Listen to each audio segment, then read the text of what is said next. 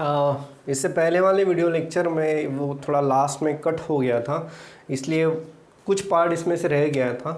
तो हमने क्या किया था कि हमने condition for antinode as well as condition for node, ये दोनों कंडीशंस डिराइव कर ली थी।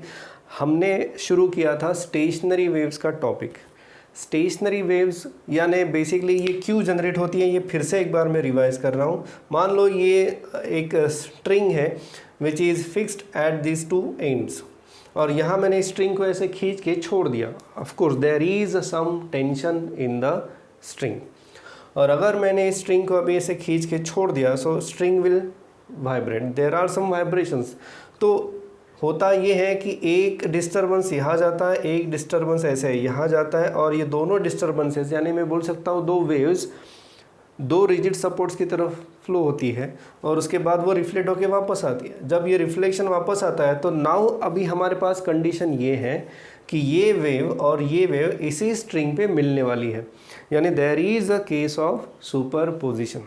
और ये दोनों का जो एक रिजल्टेंट हमने एक इक्वेशन बनाया था वो ये था कि एक का equation y is equal to 2a sine of kx minus omega t, और दूसरे का 2a sine of kx plus omega t. Minus और प्लस ये भी मैंने बताया था कि जो राइट साइड में जा रही है उसके लिए माइनस इक्वेशन रहेगा, और जो लेफ्ट में जा रही है उसके लिए प्लस साइन होगा।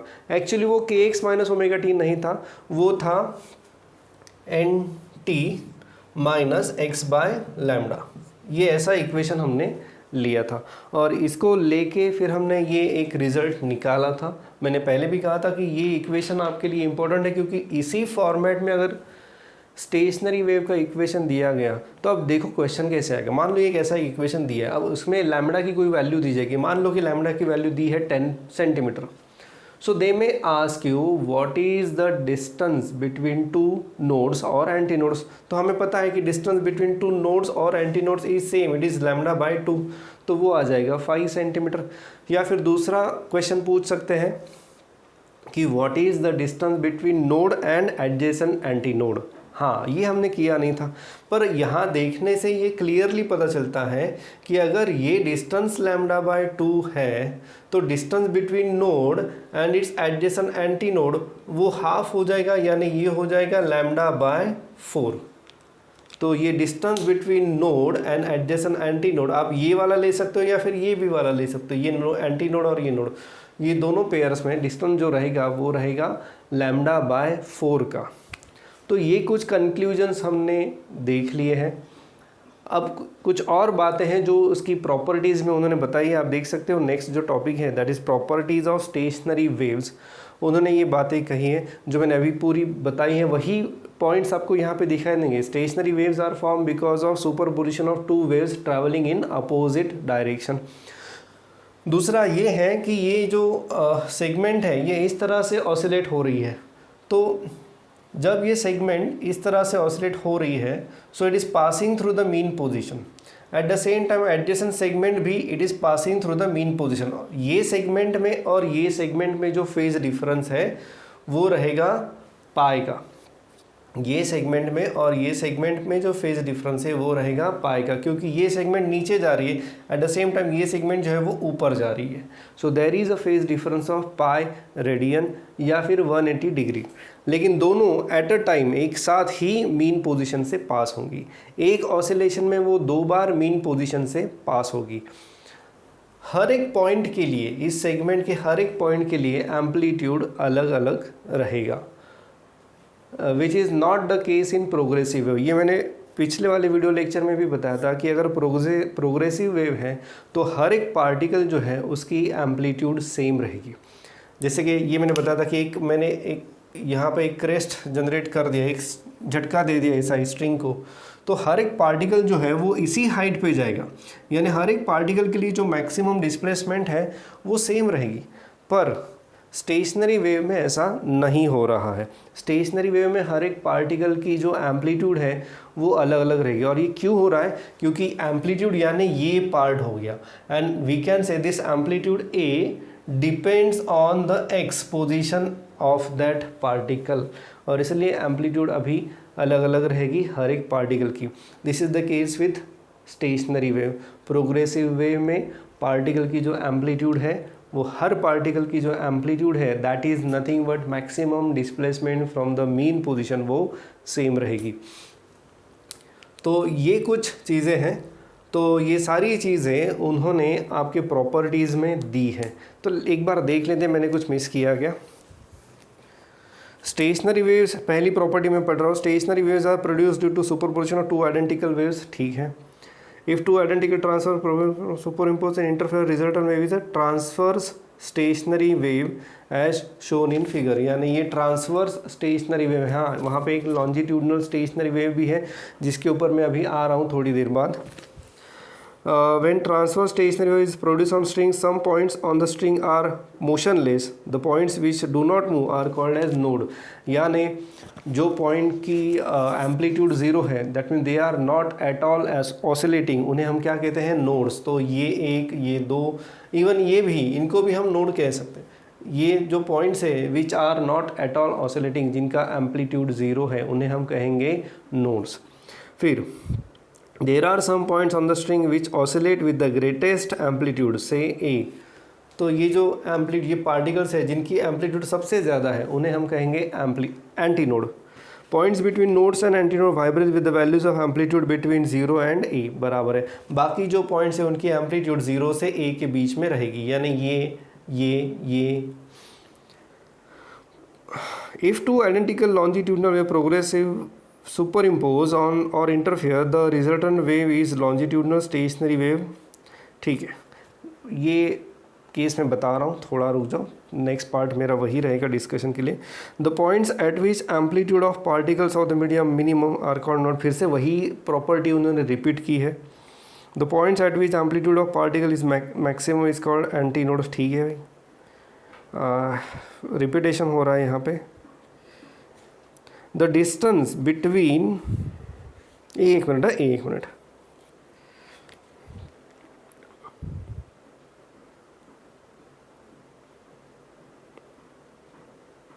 यहाँ पे ना एक कंसेप्ट आ रही है बट वो उन्होंने यहाँ पे मेंशन नहीं की है। ये देखते हैं अगर ये ऐसी कोई कंसेप्ट है, बिकॉज देर आर जो लॉन्जिट्यूडनल स्टेशनरी वेव में जो एंटी नोड्स एंड नोड्स है उसके दो अलग अलग नाम हैं। बेसिकली जो डिस्प्लेसमेंट अगर ज़ीरो है तो डिस्प्लेसमेंट ज़ीरो है यानी उस पार्टिकल की मोशन ज़ीरो है तो उसे हम प्रेशर एंटी नोड भी कहते हैं। यानी डिस्प्लेसमेंट नोड है वो but it is pressure anti node क्योंकि वहाँ पे प्रेशर मैक्सिमम है। ठीक है, ये पार्ट मैं बाद में बताऊंगा, अभी इसको छोड़ दो, बस उन्होंने जो कहा है वो ठीक है। The distance between two consecutive node is λ/2 and distance between two consecutive antinode is λ/2, ये हमने यहाँ पे प्रूव कर दिया है। Nodes and antinodes are produced alternately. The distance between node and adjacent node antinode is λ/2, ये भी हमने देख लिया, it is λ/4. Amplitude of vibration varies periodically in space. All points vibrate with the same frequency, ठीक है। This wave is localised, ये जो last property दिख रही है वो ये बता रही है कि दिस वेव इज़ लोकलाइज्ड, यानी क्या, ये वेव जो है वो सिर्फ ये यहाँ से लेके यहाँ तक के ही रीजन में रहेगी, ये रीजन को छोड़ के वो बाहर ये वेव नहीं जाएगी। लोकलाइज्ड यानी वो उसी रीजन में फिक्स हो गई है, यानी इसका मतलब इसको हम कहेंगे स्टेशनरी वेव। तो और एक प्रॉपर्टी है मेरे ख्याल से इसके बाद, yes, all particles between adjacent nodes vibrate in phase. There is no progressive change of phase from one particle to another particle. All the particles are on same phase of vibration, ठीक है। यानी इनका कहना ये है, ये जो property number 8 है, तो मैं अगर यहाँ से यहाँ तक का पार्ट ले रहा हूँ, ये दो नोड्स के बीच में वाला पार्ट, तो यहाँ के जो पार्टिकल्स ये एक साथ ही ऊपर जाएंगे, एक साथ मीन पोजीशन पे आएंगे और एक साथ फिर मैक्सिमम डाउनवर्ड पोजीशन में जाएंगे। तो ये इस तरह से ये ऑसिलेशंस करते रहते हैं। तो सारे पार्टिकल एक साथ मैक्सिमम एम्पलीट्यूड पे जाते हैं, फिर वो एक साथ मिनिमम एम्पलीट्यूड पे जाते हैं, फिर वो एक साथ निगेटिव यानी ये वाली साइड में आ जाते हैं। यानी all particles in between two nodes they are in phase, ये उनको यहाँ पे बताना था। ठीक है, तो ये कुछ प्रॉपर्टीज़ उन्होंने यहाँ पे बताई है। Comparison between progressive waves and stationery waves, एक बार आप इसे पढ़ लो क्योंकि जो कंपैरिजन अभी मैं प्रॉपर्टीज़ में बता रहा हूँ, उसी के साथ साथ मैं प्रोग्रेसिव वेव का भी बारे में थोड़ा सा डिस्कशन कर रहा था। फिर भी कोई डाउट है कंपैरिजन में तो आप उसे पूछ सकते हो ग्रुप में। ये जो कंपैरिजन है ये आ सकता है, कितने पॉइंट्स दिए, 6 पॉइंट्स, तो 3 मार्क्स के लिए ये कंपैरिजन आ सकता है, differentiate between progressive wave and stationary wave. तो एक बार आप पढ़ लो, ये समझ में आ जाएगा। और हाँ, और कुछ क्वेश्चन थ्योरेटिकल क्वेश्चन जो आ सकते हैं वो है state properties of stationery waves, state properties of progressive wave, क्योंकि प्रोग्रेसिव वेव्स की भी प्रॉपर्टीज़ हमने देख ली है, तो ये प्रॉपर्टीज़ आपको आ सकती है। अच्छा ठीक है, अब नेक्स्ट जो पार्ट उन्होंने शुरू कर दिया है वो है फ्री एंड फोर्स्ड वाइब्रेशंस। ये मैं आपको बता देता हूँ। ये मैं बहुत ज़्यादा थ्योरेटिकल डिस्कशन यहाँ पे उन्होंने दिया है, पर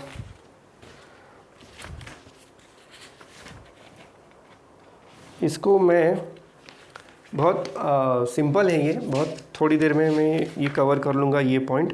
एक पॉइंट मैंने मिस कर दिया, उसको शुरू करने से पहले ये पेज नंबर 139 पे, यानी प्रॉपर्टीज़ ऑफ स्टेशनरी वेव से पहले उन्होंने एक डायग्राम बताई है फिगर 6.8, उसके बारे में थोड़ा सा डिस्कशन कर लेते हैं।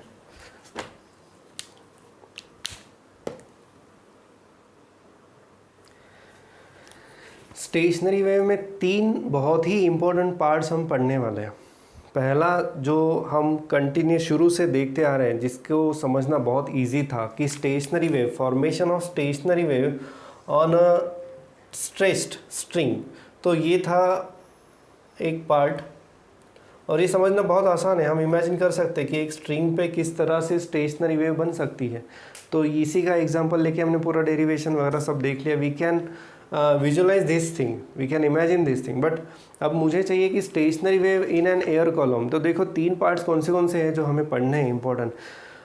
Formation of stationary wave on a stretched string, फिर formation of stationary wave in an air column closed at one end,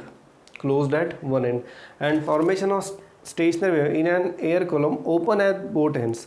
तो ये 3 पार्ट्स पढ़ने हैं। तो ये जो एयर कॉलम में तो कोई ऐसी स्ट्रिंग वगैरह तो है नहीं, तो वहाँ पे कैसे वेव्स, स्टेशनरी वेव्स बनेगी, तो इसको थोड़ा सा भी समझ लो। what we are going to do is we are forming a wave, sound wave with the help of tuning fork। सो ये ट्यूनिंग फोर्क बेसिकली है क्या, वो पहले जान लो। ट्यूनिंग फोर्क ये इस तरह का एक डिवाइस है, ये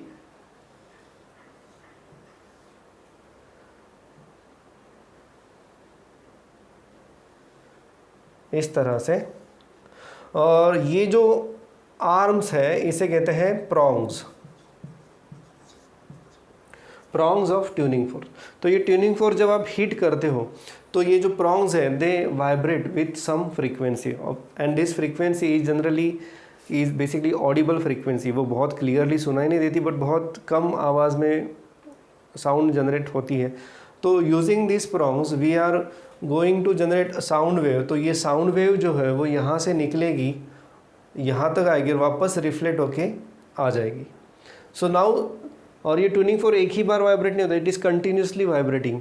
तो इसका मतलब क्या है कि यहाँ से भी साउंड आ रहा है और यहाँ से रिफ्लेक्ट होके भी आ रहा है। So this reflected wave and this wave transmitted by tuning fork, ये दोनों जो वेव है ये मिलेगी और यहाँ पे इस तरह से स्टेशनरी वेव बनेगी। अब डाउट क्या है कि साउंड वेव जो है वो लॉन्जिट्यूडनल वेव्स है, तो यहाँ पे मैंने कौन सी वेव है, ट्रांसवर्स वेव क्यों बनाई। तो बेसिकली ये ट्रांसवर्स वेव से एनालिसिस करना बहुत इजी रहता है एज़ कम्पेयर टू लॉन्जिट्यूडनल, क्योंकि अगर मुझे लॉन्जिट्यूडनल का एनालिसिस करना है तो लॉन्जिट्यूडनल में हमें पता है कि the vibrations are parallel to the direction of propagation. तो इसीलिए अब वाइब्रेशन ये इस तरह से यहाँ पे मैंने दिखा है, इसका एनालॉगस यहाँ पे नोड है तो यहाँ पर भी नोड है, और ये वाइब्रेशन से पार्टिकल के यहाँ पे वाइब्रेशंस मैक्सिमम है क्योंकि यहाँ पे एंटी नोड है। फिर से यहाँ पे वाइब्रेशन 0 हो गए तो यहाँ पे ये नोड बन गया। अच्छा, और एक चीज़, यहाँ पे नोड क्यों है, वो नोड वहाँ पे इसलिए है because this is a closed pipe. ये जो पाइप है ये क्लोज पाइप है, यही एंड क्लोज है, तो यहाँ के जो एयर पार्टिकल्स है they are not free to vibrate, और जो कि वो ज़्यादा वाइब्रेट नहीं हो सकते क्योंकि वहाँ पे स्पेस नहीं है, जगह नहीं है, एयर मॉलिक्यूल सारे हैं but they are not able to vibrate with higher amplitude, क्योंकि जगह ही नहीं है, क्लोज्ड एंड है।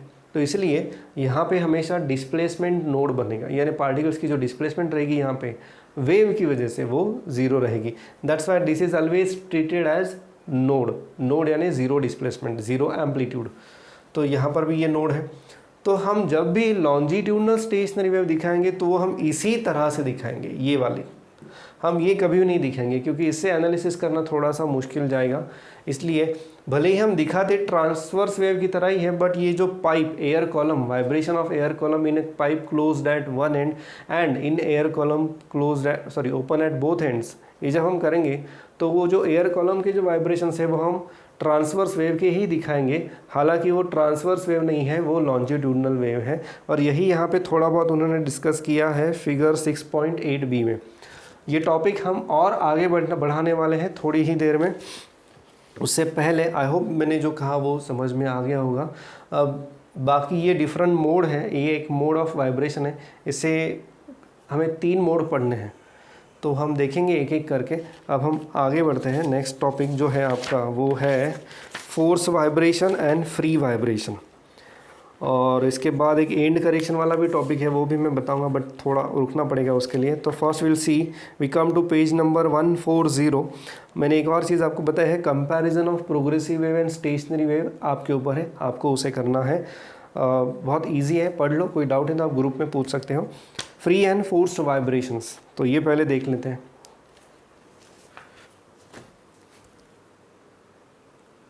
हाँ जी, तो 2 तरह के वाइब्रेशंस हैं आपके पास, दिए हैं आपके बुक में। एक है फ्री वाइब्रेशंस, दूसरे हैं फोर्स्ड वाइब्रेशंस।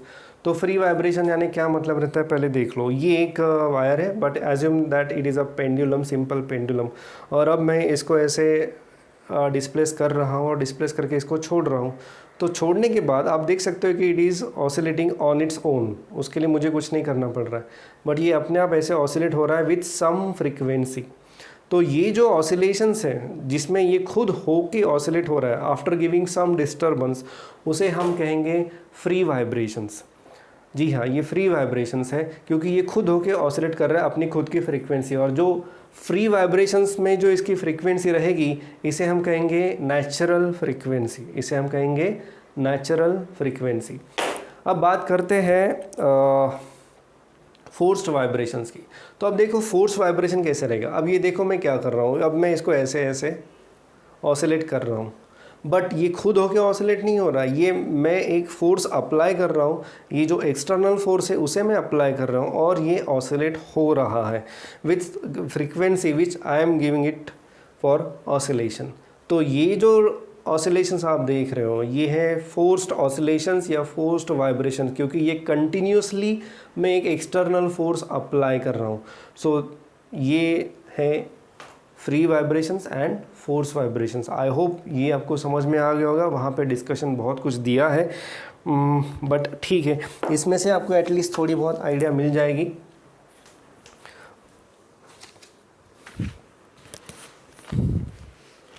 और एक और डिस्कशन है हार्मोनिक्स एंड ओवरटोन्स। तो अब क्या है मैं बताऊं कि पहले ना हम ये एयर कॉलम के जो वाइब्रेशन है वो पहले पढ़ लेते हैं, और पढ़ते पढ़ते ही आपको हार्मोनिक्स एंड ओवरटोन्स ये समझ में आ जाएगी। इसलिए 2 टॉपिक अभी के लिए मैं थोड़ा साइड में रख रहा हूँ, ये हार्मोनिक्स एंड ओवरटोन, और दूसरा है एंड करेक्शन। एंड करेक्शन में थोड़ी देर में आपको बताऊंगा। We will start with the different modes of vibration of an air column closed at one end, और उसके बाद साथ में हार्मोनिक्स एंड ओवरटोन्स आपको बता दूंगा। देखो बेसिकली हार्मोनिक्स यानी क्या होता है, हार्मोनिक यानी सेट ऑफ फ्रीक्वेंसीज। जैसे मेरे पास एक फ्रीक्वेंसीज है n, 2n, 3n, 4n। So this is set of frequencies. और आप ये देख सकते हो कि जो हायर फ्रीक्वेंसीज हैं, फ्रीक्वेंसी शुरू हुई n से, लेकिन बाकी जो फ्रीक्वेंसी है वो n+1 n+2 नहीं है, वो है 2n, 3n, 4n वगैरह वगैरह। यानी जो रिमेनिंग फ्रीक्वेंसीज है वो मल्टीपल ऑफ एक बेसिक फ्रीक्वेंसी है, और इसीलिए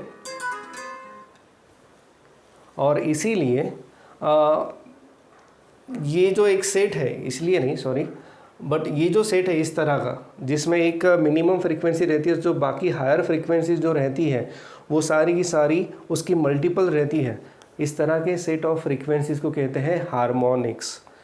सो ओवरटोन क्या रहता है ये मैं थोड़ी देर बाद आपको बता देता हूँ। So let start with the different modes of vibration of an air column closed at one end, यानी एक पाइप है आपके पास और उस पाइप का एक एंड क्लोज कर दिया है और इसमें डिफरेंट अभी हमें मोड्स ऑफ वाइब्रेशन जनरेट करने हैं। तो चलिए हम शुरू करते हैं। पेज नंबर है आपका 142।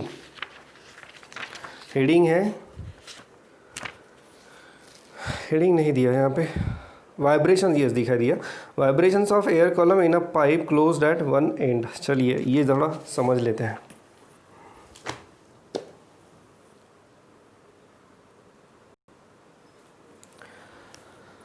अब देखो ये एक पाइप है क्लोज्ड एट वन एंड, यानी ये एंड आपका क्लोज है। अब इसके ऊपर मैं एक ट्यूनिंग फोर्क वाइब्रेट ऑसिलेट कर रहा हूँ। Due to this tuning fork sound waves जो है वो ऐसे नीचे जाएंगी, इस एंड से वापस रिफ्लेक्ट होंगी। तो अब ये ट्यूनिंग फोर्क कंटिन्यूसली ऑसिलेट हो रहा है, तो क्या होगा, यहाँ पे ये आने वाली वेव्स और ये रिफ्लेक्ट होने वाली जो वेव्स है ये मिलेंगी और वहाँ पे एक तरह से स्टेशनरी वेव्स बनेंगी। बट ये stationary waves longitudinal stationary waves होगी, लेकिन जैसे मैंने अभी आपको बताया है कि we are going to show it just like transverse wave.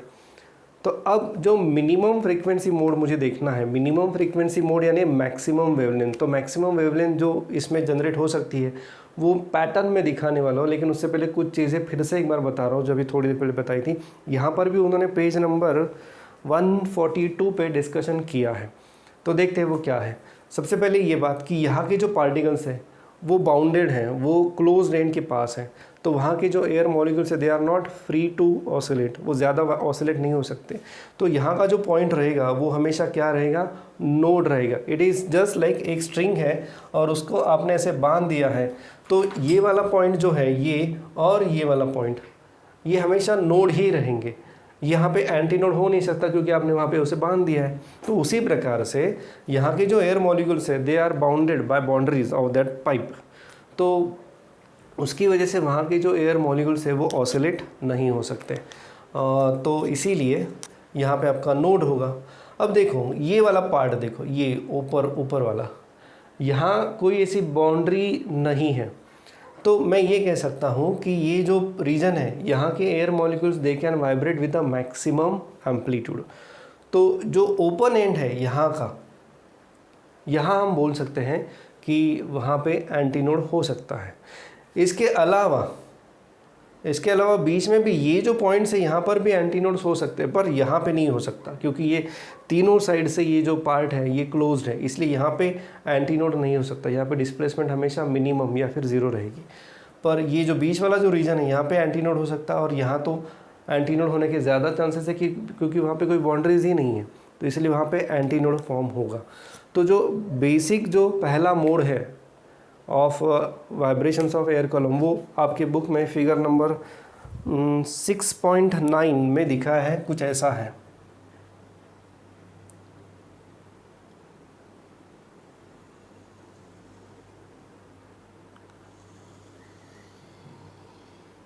ये वाला मोड।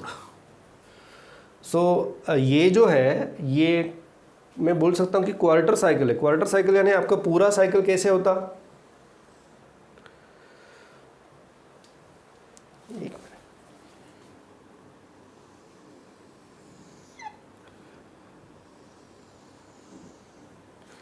ये पूरा साइकिल है, ये हाफ साइकिल। तो क्वार्टर साइकिल कैसा रहता है, क्वार्टर साइकिल यानी ये 1/4 साइकिल, यानी इस पाइप में जो साइकिल जनरेट हो रहा है वो बस इतना है, वो मैंने थोड़ा बड़ा करके यहाँ पे दिखा दिया है।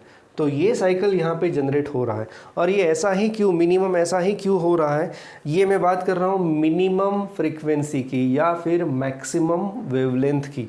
So the maximum wavelength stationary wave which can be generated is this much. अब अगर फिर से मैं इसको पूरा कर रहा हूँ,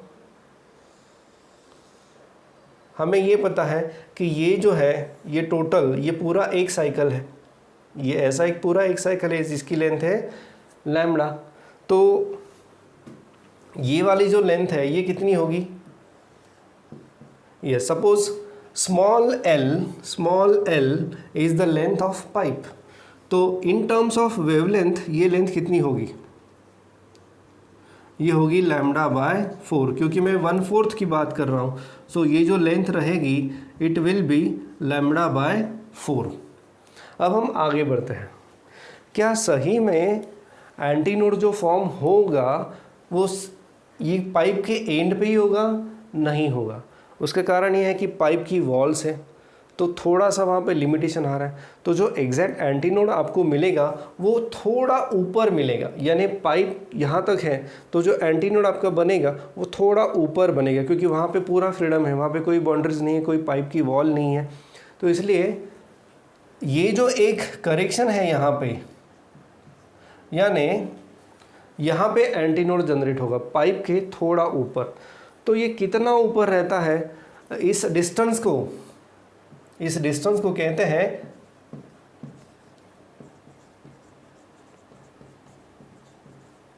एंड करेक्शन। इसको कहते हैं एंड करेक्शन, क्योंकि हम हमेशा पाइप की लेंथ मेजर कर सकते हैं, लेकिन उसके ऊपर कितना वो रेजोनेंस जनरेट करेगा, मैक्सिमम एम्पलीट्यूड जनरेट करेगा एंटीनोड, ये जो रहता है वो पॉइंट पाइप के थोड़ा ऊपर, जहाँ पे वो ओपन रहता है उसके थोड़ा ऊपर बनता है, और इसी को कहते हैं and correction.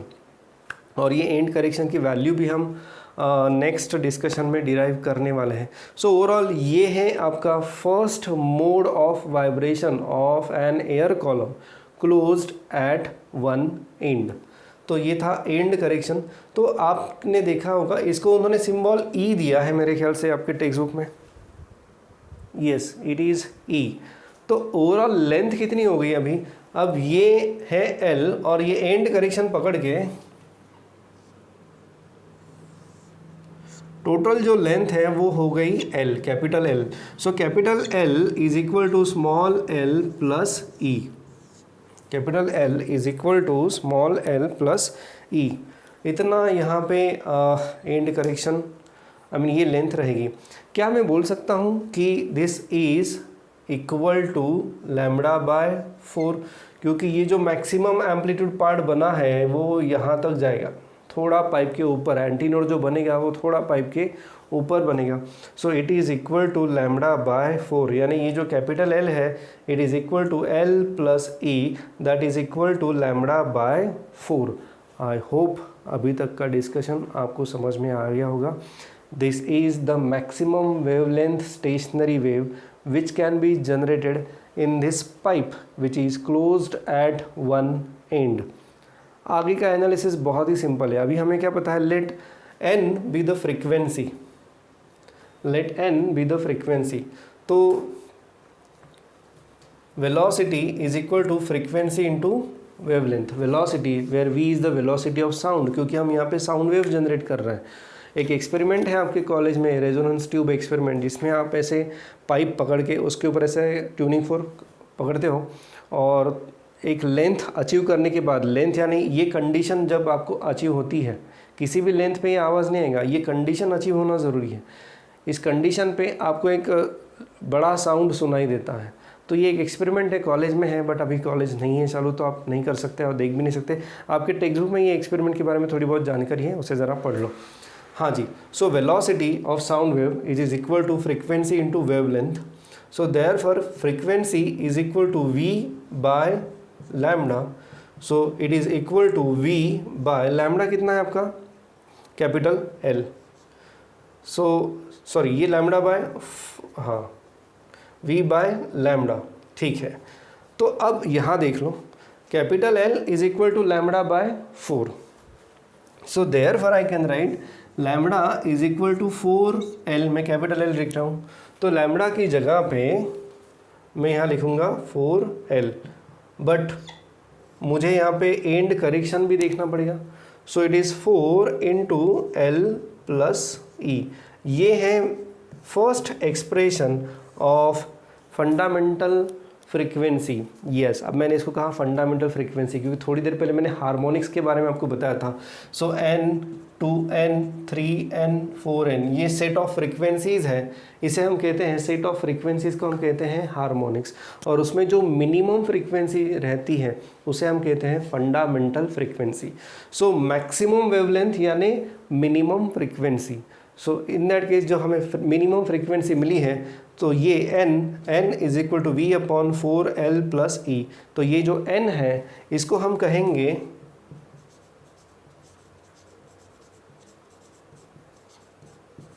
Fundamental frequency which is derived on page number 6.16। आप देख सकते हो वहाँ पे सॉरी इक्वेशन 6.16 है और पेज नंबर है आपका 142। तो यहाँ पे ये उन्होंने डिराइव करके दिया है। आई होप ये आपको समझ में आ गया होगा। तो ये डायग्राम और ये डेरिवेशन आपको दिखाई देगा उस पेज पे। Go through it. अभी के लेक्चर के लिए मैं बस इतना ही ले रहा हूँ। नेक्स्ट लेक्चर में मैं रिमेनिंग 2 और मोड्स हैं वो हम डिस्कस करेंगे और फिर ये एक टॉपिक ख़त्म हो जाएगा, यानी vibrations of air column closed at one and. इसके रिलेटेड कोई भी डाउट हो तो आप पूछ सकते हो, क्योंकि धीरे धीरे और कुछ कंसेप्ट हम देखने वाले हैं। Vibrations of air column open at both hands भी हम करने वाले हैं, बट वो नेक्स्ट क्लास में हम करेंगे। अभी के लिए फ़िलहाल इतना ही। जो पढ़ा है वो साइमल्टेनियसली पढ़ो टेक्स्ट बुक में से, तो ज़्यादा जल्दी समझ में आ जाएगा और याद भी रहेगा। अभी के लिए बस इतना ही।